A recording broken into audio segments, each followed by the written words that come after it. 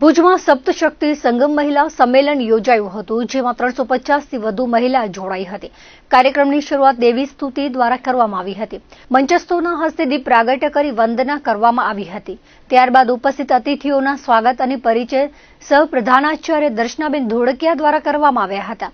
કાર્યક્રમના વક્તા હેતલબેન બારમેડા દ્વારા કુટુંબ પ્રબોધનનો વિષય મુકાયો હતો, જેમાં સ્વદેશી, સ્વભાષા, સ્વભોજન, સ્વભૂષાથી જ પોતાનું તેમજ પરિવાર, સમાજ સાથે દેશનું ભલું થઈ શકશે તેવું જણાવ્યું હતું। તન્વીબેન ગોસ્વામી દ્વારા દેશની વર્તમાન પરિસ્થિતિમાં મહિલાઓનું યોગદાન વિષય પર પોતાના વિચારો રજૂ કર્યા હતા। આ કાર્યક્રમના અધ્યક્ષ જાગુબા કેસરિયા રહ્યા હતા અને તેમણે મહિલાઓને પ્રેરણા આપતા વિચારોની છાણાવટ કરી હતી। અતિથિ વિશેષ માધવીબેન શાહે નારી તું નારાયણી ઉક્તિને સાર્થક કરતી વાતો મહિલાઓ સમક્ષ મૂકી હતી। ભુજનગરના મહિલા નગરપતિ રશ્મિબેન સોલંકી પણ આ સપ્તશક્તિ કાર્યક્રમમાં વિશેષ ઉપસ્થિત રહ્યા હતા।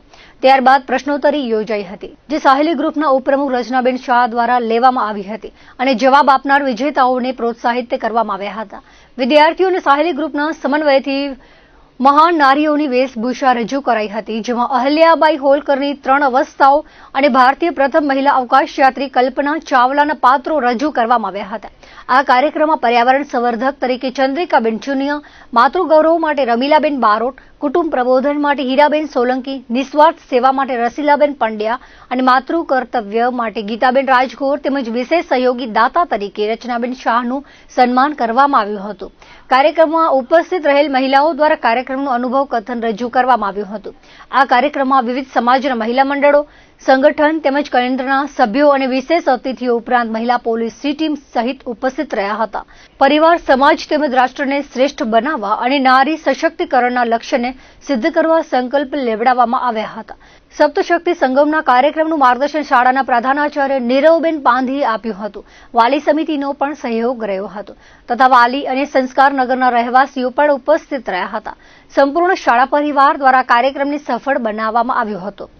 અમારું આ સંસ્કારનગરમાં જે વિદ્યાલય આવ્યું છે પ્રસાદી ભવન, એ ભવન ખાતે અમે એક સપ્તશક્તિ સંગમ મહિલા સંમેલનનું આયોજન કર્યું છે।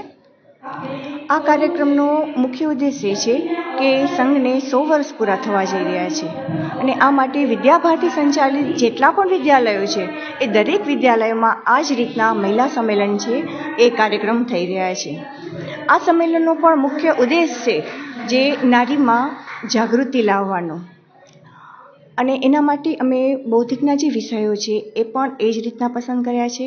એક તો સમાજ પ્રબોધન કે આ અને સાથે પર્યાવરણ જાગૃતિ કે આ 2 વિષયો છે, એમાં નારી જાગૃત થશે તો એ સમાજને જાગૃત કરી શકશે, પરિવારને જાગૃત કરી શકશે।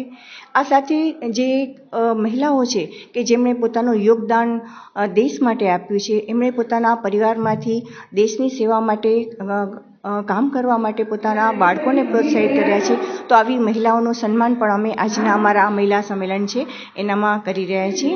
અને આ સંમેલનમાં અત્યારે બહોળી સંખ્યામાં સંસ્કારનગરના રહેવાસીઓ, સામાજિક ક્ષેત્રે આગેવાનો છે એવી મહિલાઓ સાથે જુદા જુદા મહિલા મંડળ છે એના સભ્યો, અમારા વાલીગણ સર્વે અત્યારે બહોળી સંખ્યામાં ઉપસ્થિત રહ્યા છે અને અમને સારો સહકાર આપ્યો છે અને અમારો આ નાનકડો એવો પ્રયાસ રહ્યો છે નારીઓમાં જાગૃતિ લાવવાનો।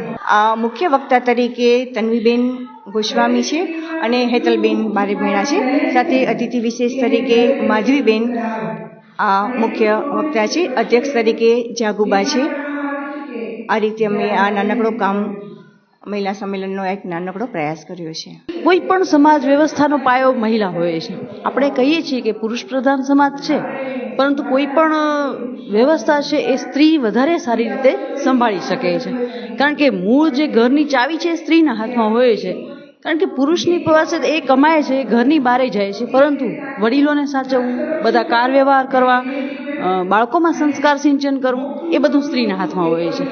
એટલે સ્ત્રી ખરેખર પરિવારને જોડી રાખવામાં કે પછી તોડવામાં ચાવીરૂપ ભૂમિકા ભજવતી હોય છે। એટલે સ્ત્રીને કેવી રીતે પ્રબોધન કરી શકાય, કુટુંબ પ્રબોધન કેવી રીતે કરી શકાય, અને જેમ સંઘને 100 વર્ષ પૂરા થાય છે તો એના ઉપલક્ષ્યમાં આપણે આ 5 વિષય મૂકવાના છે। તો હું એમ ઈચ્છીશ કે જે સ્ત્રીઓ છે એ સ્વભૂષા, સ્વભાષા, સ્વભવન, સ્વભોજન આ બધાનો ઉપયોગ કરે, પોતાની જ વાત જે છે પોતાની સમાજમાં, આસપાસ, કુટુંબમાં ફેલાવે અને એ રીતે કરીને પણ દેશ સેવા કરી શકાય.